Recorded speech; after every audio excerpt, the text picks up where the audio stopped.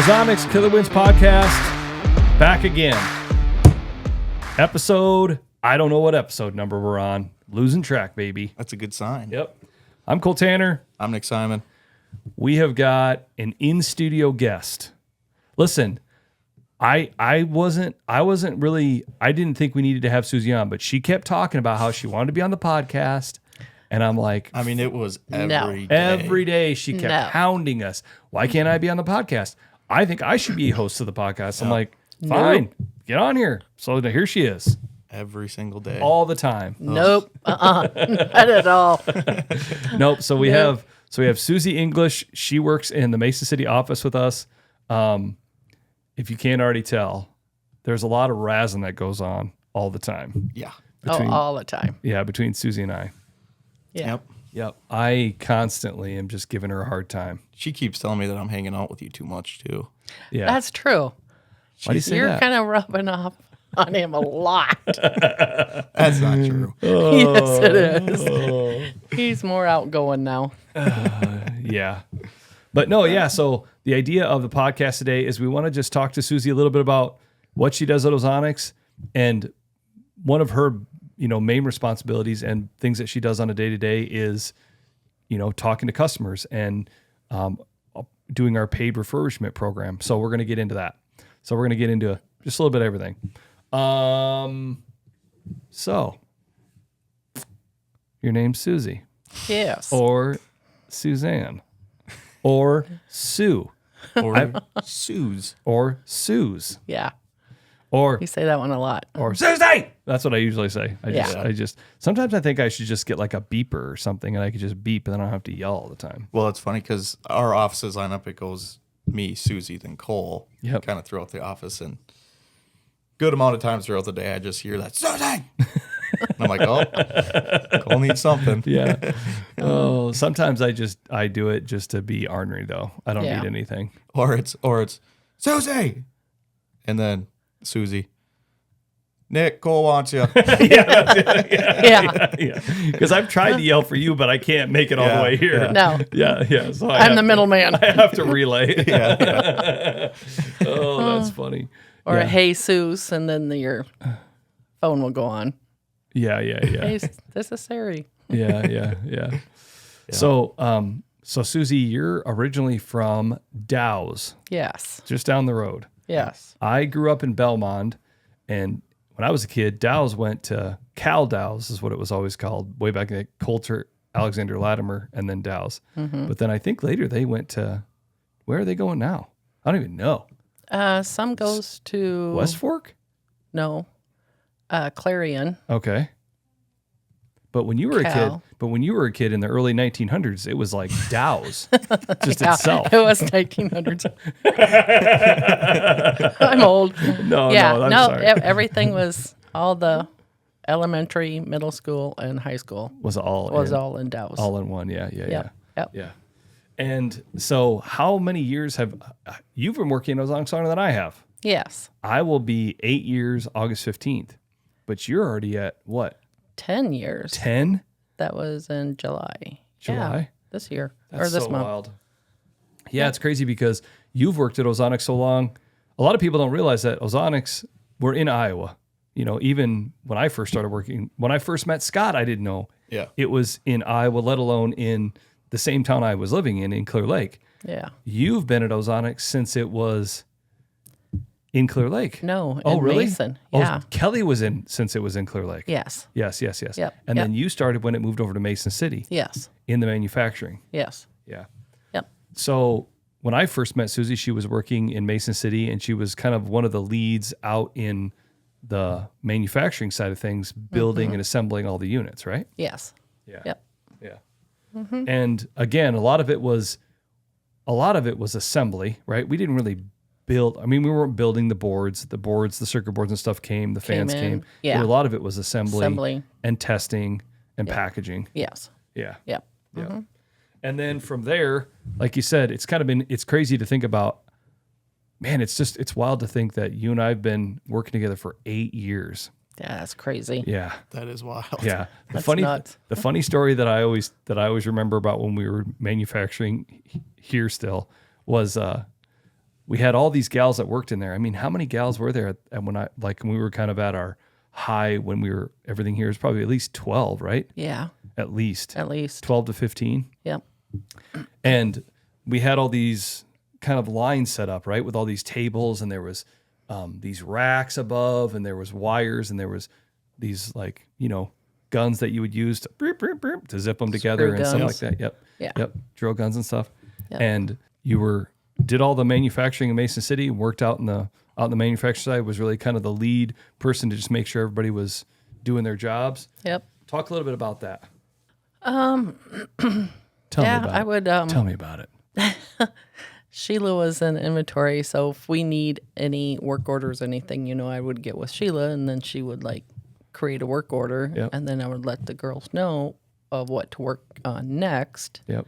And then we had like each tables to work at, so we would like change places, Yep. whatever we're working on. Yeah. It's interesting because like so much of the processes of the manufacturing that were so important to what you guys did, we still really value now, right? Yes. Because, back then we would have, you think about just an assembled Ozonics. You just see it and you're like, oh, it's an Ozonics. But this Ozonics is made up of a bunch of parts, right? Yep. But those parts are made up of a bunch of materials. Yes. You follow me? And so all the materials and all the parts or the components that make this up all have to be accounted for through the process. They all have to be ordered. They all have to be ordered and put in a certain store or a warehouse or some place from an accounting perspective, from a warehouse perspective in the building. And then those components get assembled into a certain part, and then that part may turn into something else. It could change a couple different times. Yeah. So that's really what you were doing all the time, Yes. keeping track of that. I mean, dude, Yeah. when you really look at it, Yep. God, it's crazy to think about all that stuff. Yeah. All the different things that the little idiosyncrasies, even just like this HR600, you look at these, you don't think much of it, but like you're like, oh, cool. But there's a bunch of different plastic pieces that are all put together to build this unit. Yeah, exactly. You know what I mean? And so, like I said, when we used to assemble everything in Mason City, that was a huge part of what you did and making sure everybody was kind of staying on task, Oh, yeah. Yep. So then when we moved our manufacturing to China, we still did all of our day-to-day accounting, day-to-day customer service, day-to-day RMAs with all of our paid refurbs and warranties. We still do all that and did all that in Mason City. So that's really what you kind of transitioned to then, was more helping with all of that side of things. Yeah. Yep. Yep. Yeah. Yep. And that's Learning really, about customer service and talking to customers and yeah. yeah. Yeah, it's been funny because when you talk to customers at first, when you start talking to customers, I feel like even when I started, that was what my job was, is just to talk to customers. Like, hey, we want to make sure that the push from my side of things when I started from Scott was, we want to make sure that hunters are talking to hunters, right? We want to make sure that they talk to somebody that can speak English. They want to talk to somebody that really understands it. Yeah. And so, but even at first, you kind of feel a little uncomfortable, right? Oh, really bad. Yeah. I was so nervous that I just didn't know what to say or, Yeah. Yeah. And now it's so funny to hear you now because you're just like, hey, what's up? It's just like, Yeah. yeah. My favorite is, you just said, you want hunters talking to hunters, and it's just so funny because like, it's just funny hearing Susie talking like a hunter. It's like she almost picked up stuff from you and even me a little bit in the short time that I've been here. But it's cool to hear because I can always sometimes kind of hear, and it just kind of makes me chuckle a little bit. Yeah, because like I said, the way our offices are set up, so we're in the studio here in Nick's office, and then on the other side of this wall, right behind Nick and Susie, is Susie's office, and then kitty corner to that is my office. Yeah. Yeah. Yep. Yeah, I used to hunt, but And I haven't anymore because I just don't want to go out there by myself or just. I tried to take you turkey hunting. Yeah. God. Yep. It was like the very end of the season. Gosh, that was years ago. About 3-4 years. Yeah, 3 or 4 years ago at least. Yeah. It was the very end of turkey season, and Susie was like, one day, she's like, I really like to shoot turkey. And I was like, you seriously want to kill a turkey? She's like, yeah. And I'm like, well, I'll take you. So she's like, okay. So she went to Walmart, bought a turkey tag, and, had everything she needed in that regard. And so we went out and we sat up in the ground blind. I think we were actually on the mint spot, is I think where we set up, and then didn't have any luck. It was just a slow morning. Yeah. And then It as was. we were walking out, Yep. this Tom started just gobbling like crazy, and I remember just like shoving her into this grass. I'm like, sit down. You know what I mean? Like we were just we got all set up, and he gobbled all the way to us, but he just would not come out. Oh man, And then he walked off. Yeah. Bummer. Yeah. that'd be so fun. Oh yeah. I know. Yeah. That's the thing I was adamant about getting Susie a turkey. Yeah, yeah, Yeah. And like you said, the one thing you could say about Susie too is she has been the recipient of a lot of deer meat. Oh, yeah. yeah. Yes. I can personally say that Susie probably has more deer meat in her freezer than I do. For sure, more than me. Oh, yeah.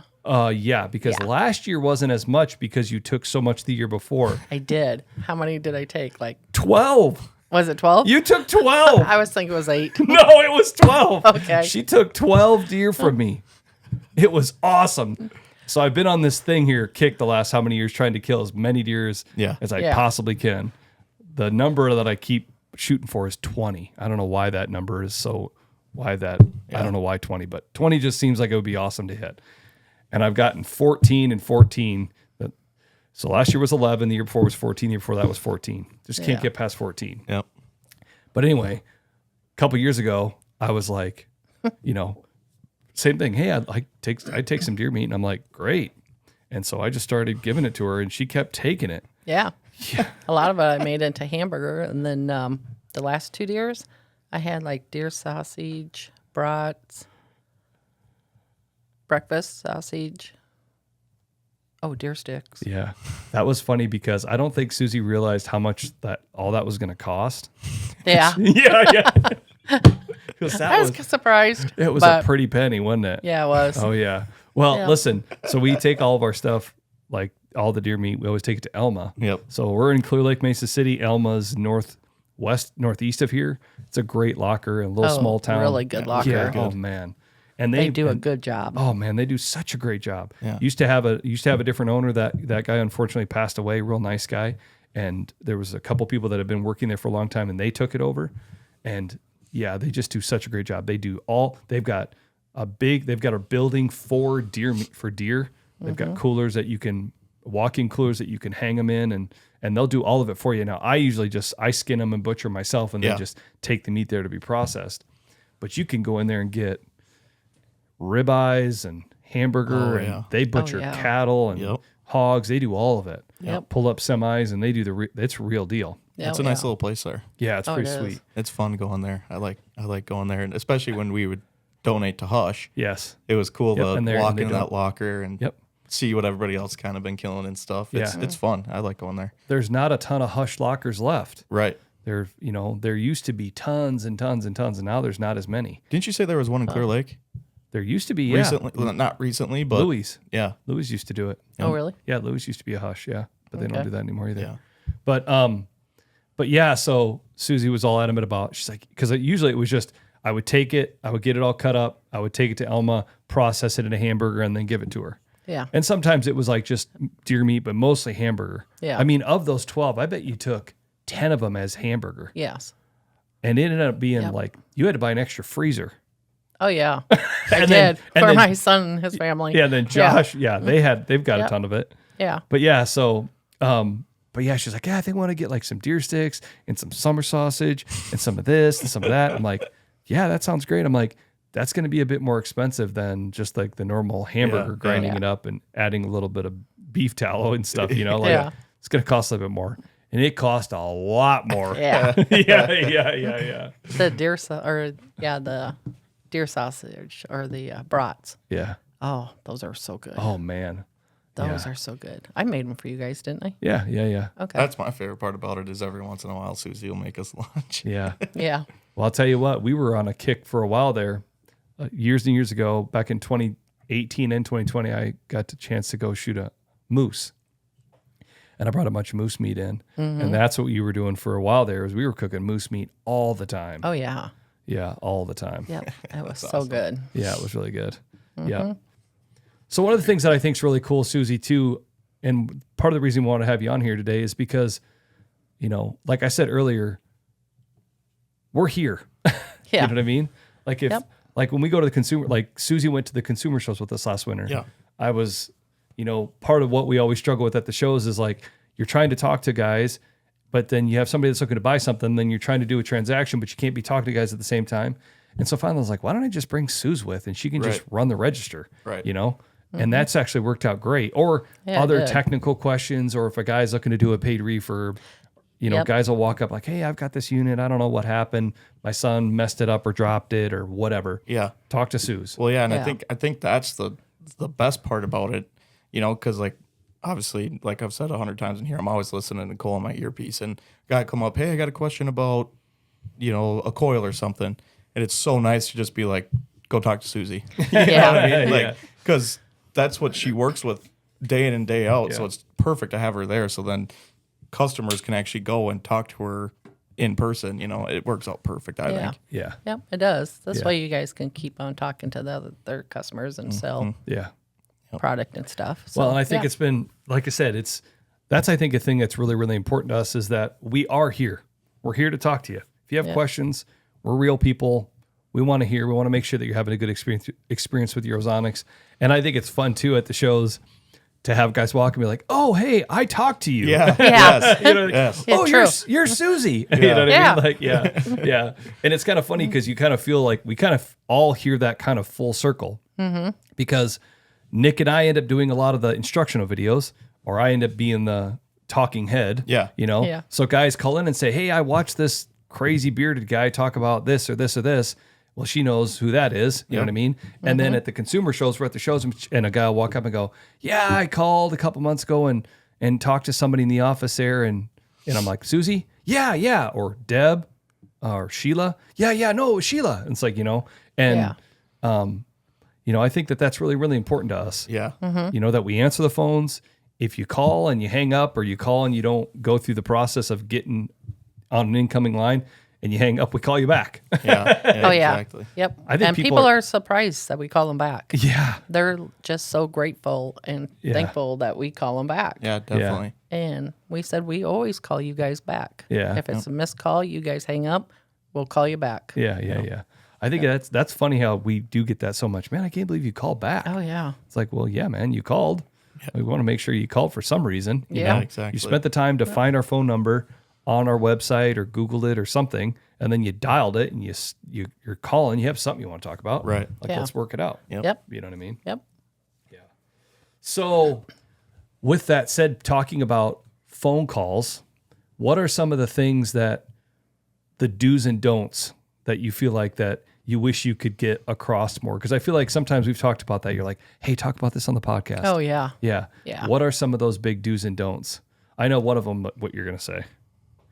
Don't spray scent control on your units. Yes. Yes, that's not good for it at all. How often do we get Just- Ozonics units back and you can tell that they've had some sort of spray sprayed on them Yeah. because they have like little white dots on Yeah. them, like Oh, yeah. white Really Watermarks. bad. yeah, like white Yeah. watermark. You can tell. Yep. But here's the thing, and I think sometimes guys aren't meaning to maybe spray their Ozonics, but they're spraying themselves. But then where that spray ends up too is inside the unit, Right. Yeah. right? Yes. I mean, how often do we take yeah. off the lids and you see that spray on the inside? Oh, really bad. Because it's getting pulled in through the fan and going Exactly. it's going over that coil. That's just not good on it. No, it's not. Yeah, we get that a lot. Oh yeah. Yeah, Yeah. and it takes a lot of time to try to clean them up. Oh yeah. That stuff does not want to come off. No, nope.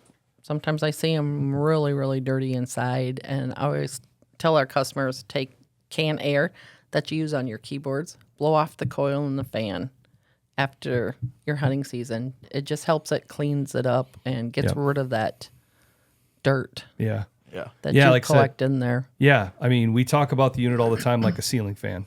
Yeah. You know, if you go to my house and you look up at the ceiling fan, it looks clean as a whistle. But if you get up there, you can about play tic-tac-toe on the blade. Go in my office. I just actually dusted off all my stuff today. You just look at it, and our office is super clean. Yeah. Yeah. But if you go over to Nick's top of his computer screen, you go like that, you're just going to get a big old layer of dust. Yeah. It's just the fact that it just naturally collects dust and debris. Right. Yeah. And the unit's no different, Yeah. you know? And that's the idea of that dry compressed air. You're just going to help keep that unit clean. You'd be blown away by, no pun intended, how much stuff comes flying out of there. Oh yeah. It's crazy. Okay, so the first don't spray your Ozonics. Yes. And if you're going to spray yourself down, try to be careful that you don't have your Ozonics running when you're trying to spray down, or make sure it's in your backpack, because you're going to end up getting the spray all over it, and it's definitely going to end up inside. That's don't number one. Yep. What's some of the other crazy stuff that you've seen or that comes up?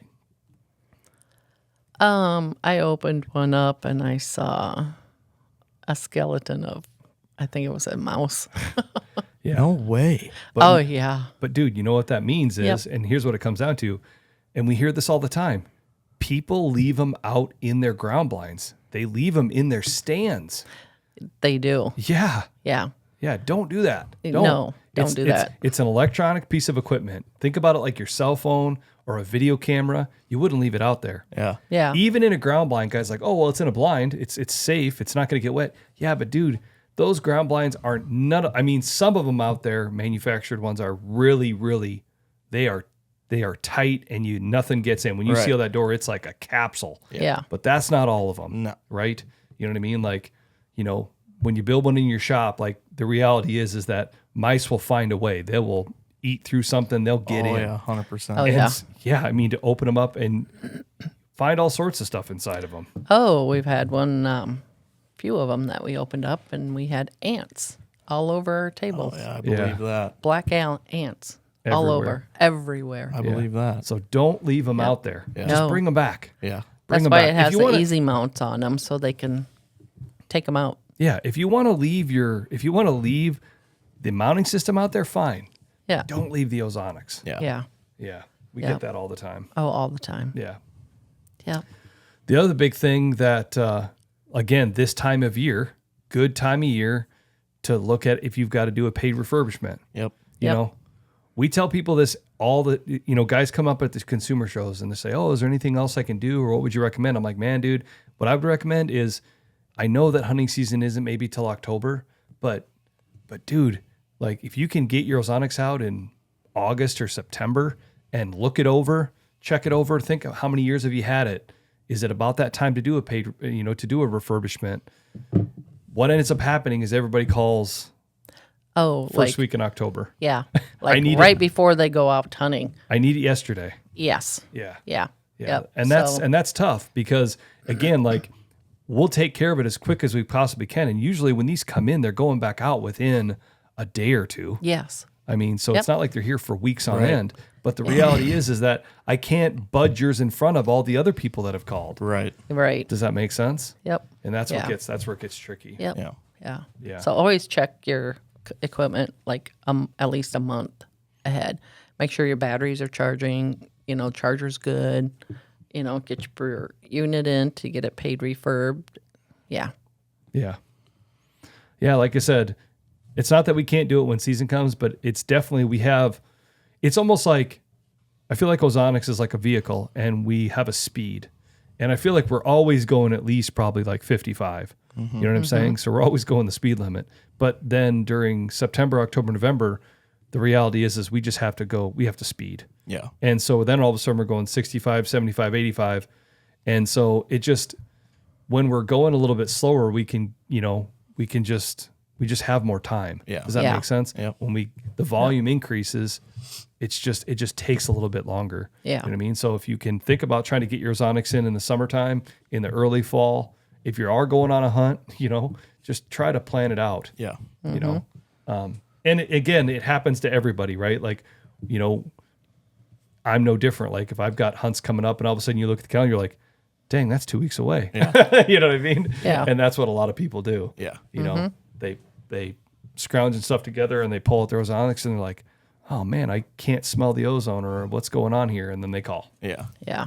But I'll tell you what, that's a real, we're talking about paid refurbishments. That's a testament to the new HR600. Yep. That's what's awesome about this as well, is it's got the removable coil. Exactly. Yeah. You know what I mean? So, again, I think we've heard some people ask about that thus far. It's like, well, what about so you're replacing my coil? What about does that mean, my existing units, like my existing Ozonics, like with a paid refurbishment, or can you not do a paid refurbishment on a 600? I think there will be times that maybe a refurbishment is applicable to a 600.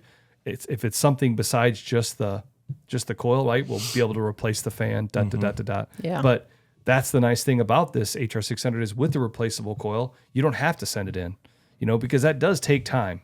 Yeah, it does. I think that's one thing that I feel like we're always having to remind people, and I hear you talking about is, hey, we can get this worked through fast here, but it's really about the time that it takes you to get it squared away, get it in the mail, it gets sent here. Yeah. Do you follow me? Yes. Because a lot of times you'll talk to a guy on Tuesday, but he doesn't send it out till Thursday, Right. which means it doesn't come until next Wednesday. Yep. And then all of a sudden he calls and goes, "Why isn't it out?" Well, dude, I look here at your tracking and you didn't get it in the mail until we talked to you Tuesday, but you didn't send it out till Thursday. Yeah. If you want to get it out, if you want to get it back, send it out. Get it Yeah. out fast. But that's the nice thing about that 600 is you could buy a coil. Yep. You could just have it. And if you feel like that unit isn't producing as much ozone, you can replace the coil yourself. Yep. So it's pretty easy. What other stuff? What other do's or don'ts? Well, don't use it out in the rain. Yeah. If you do, put it away, and when you get home, set it out on a table to let it air dry. And the battery. Take that battery out and let it sit there and let it dry out before you charge it Yeah. right away.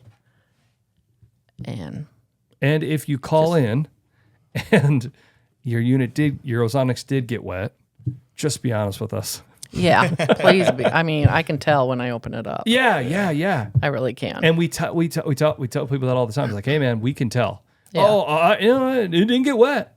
It didn't Yeah. get wet. And then you open it, you're like, yeah, it got wet. It got wet. Yeah. So we can tell. Yeah. It's not like there's like this secret sauce or there's this thing that we do or like something that it's just, you can just see it from the components, all of it. You can just tell when it's been wet. Oh, yeah. Yeah. Yeah. Sometimes I'll take pictures and I'll send it to the customer, so that they can actually see, it got wet. Yeah. And they're like, oh, yeah, I did drop in a puddle of water. Sorry, I can't fix it. Yeah, I know. And that's where it gets tricky. Yeah. But I guess that's the big thing too, that I think, we talk about this all the time. And I think that, and I really feel like we hang our hat on this. Customer service is a service to the customer. Yeah. You follow me? Yep. Yeah. And I think that's the big thing that, with all of this as well. And I think one thing that I really, really love about Susie, because Susie's really like my right-hand person here, like if I'm not around, if we're out doing something, I know that I can count on Susie. Yeah. I mean, Susie's just super good at what she does. Yeah. But what I think Susie and I really have in common as well when it comes to Ozonics, and I think you're this way too, we all are, is that we really, really care. Yeah. Oh, yeah. Do you know what I'm saying? Yeah. 100%. Yeah. Like we really, really care. Yep. I think that when people call in, and I'm kind of going off and I'm going to try to bring it back here. When I first started Ozonics, Scott made a comment to me that he really felt like Ozonics was all about building relationships with customers. Mm-hmm. And I think there's a lot of truth in that. And I think that relationship with the customer is also an interaction, right? That relationship is an interaction. And I think there's different stages of the relationship with the customer. Mm-hmm. You follow me? And I feel like what we've tried to do and what we've tried to build is so that wherever a person is within that relationship, that interaction, they have a good experience. Right. Yeah. Look at the HR600, for example, okay? This just launched, just recently. So the relationship and the interaction that people are having is all the videos that we're putting out, that Right. you're producing, that are getting put out, the phone calls that we're getting where people have questions. Well, hey, I've got an HR300. How does that compare to a 500? Well, we talk to them about it. Maybe we send them the video. Maybe they see that video on social media. Yeah. Maybe they Yeah. got an email about it. That's where there's that relationship, that interaction. Right. We try to do the best we can to make sure that our website has all the information there. Right. Does that make sense? Yep. Make sure that the FAQs are all written out so that everybody can see it. Yeah. The instructional videos, even this podcast, right? It's about trying to build a relationship with the customer. Yeah. And then at some point, then you look to buy. You know what I mean? Yeah. Then you're looking, okay, maybe they call again. Hey, what do I need? What else do I need? Well, this has a different battery. Well, how long does that battery last? Do I need to have an extra battery? Oh, well, talk to me about that replaceable coil. Yep. So we're interacting with them then, and we want to try to make it so that their buying, experience is easy. Right. We all hate that, right? I hate when I get on a website. I'm like, gosh, why is this so hard? Yeah. Just let me buy what I want to buy. Yeah. Yeah. And then, it turns you off. Maybe you just don't buy it, right? So we're trying to make that experience good. Sending emails to the customers. Hey, order confirmation, shipping confirmation. Yep. Right? Everything that's happening in the background within our processes of how our transactions go in, how the orders, how the money flows, to make sure that it all works out so it gets sent out as quickly as possible. Yep. Right. And then I think for some companies, as soon as the buying happens, that's where the relationship and the interaction ends. Yeah. Yeah. You follow me? That's how I feel. Yeah. 100%. Maybe the interaction that I get after that is maybe an email that says review the product. Yeah. Yeah. Right? You know what I mean? Yep. Hey, thanks for your purchase. Review it. Yep. Yep. Oh, okay. Which I guess they want to hear my 2 cents, which is great. But a lot of times it's just like 1 through 5 star, Yeah. But anyway, I feel like sometimes for a lot of companies, that's where their relationship and the interaction ends. But I think for us, that's really where sometimes that's where it starts. Yeah. Yeah. That's what we do here. Yep. It's not only about just getting you to the point of buying, it's about being here and being a service after you buy. You know what I mean? If you have a problem, you bought the 600, you got on the website, you did all your research, you called in, you watched the videos, you finally bought it. Well, you get it, and then you drop it in water. Yeah. You drop it. Dude, I'll never forget, I had a guy, it was funny. He called, and this is years ago, and he's like, I'm just going to be honest with you. He goes, I got done with my hunt, and I got back to the truck, and I put my Ozonics on the roof of the truck, and I forgot it, and I drove down the interstate, and I saw it fly off. Oh. And it had a huge big, and he goes, and I don't know, he goes, it's got a big old scratch mark. I think it's busted up, but I just didn't know if there's anything I could do. I'm like, you can send it in. I'm like, we can take a look at it. Maybe we can figure something out on a refurbishment. If not, we'll work something out, Yeah. Yeah. Sends it in. Sure enough, dude, it had like skid marks across the top. Yeah. It was an HR 200 or a 230. It was years ago. But the fact of the matter is that's part of that interaction too. If you do have a warranty someday down the road, if you're looking to do a refurbishment, or you just have other questions, you know what I mean? That we're here. I think that's all a part of building that relationship with the customer. Yeah. Does that make sense? Without a doubt. And at some point, the reality is that if we sell 100 units or 1,000 units or whatever it is, there's going to be a small percentage that have a bad experience for some reason. Yeah. Right? It doesn't always go perfect. Yeah. Right. Do you Yep. follow me? Yeah. Like Yep. we talk about like the 20-60-20 rule. 20% of people are going to love you, 20% are going to hate you, but it's about that 60% in the middle. But we still have to take care of the whole 100%. Right. Yep. Does that make sense? Oh, yeah. 100%. Yep. And so, no pun intended. He said 100%. Yeah. 100%. Yeah. Yeah. It is 100%. No, It is. It really is. So, but that's, I think the thing for us is it is all about building that relationship with the customer. And I think that's what Susie and Sheila and Deb are so good at. Yeah. Oh, yeah. We know? always try and get 100% on customer service Yeah. satisfaction of every, try to of every customer. Well, and I think the thing too is that, sometimes just like we're saying, maybe you fall in 20% that it's had a bad experience. You've had something go wrong, but we want to make sure that we get you taken care of. Right. Yeah. Does that Yep. make sense? Yeah. Like, hey, man, maybe I'm- they're setting it up wrong. Right. And we're, this way they can call us and let us know, and we can tell them the correct way Yeah. of set it up in the blind. Yep.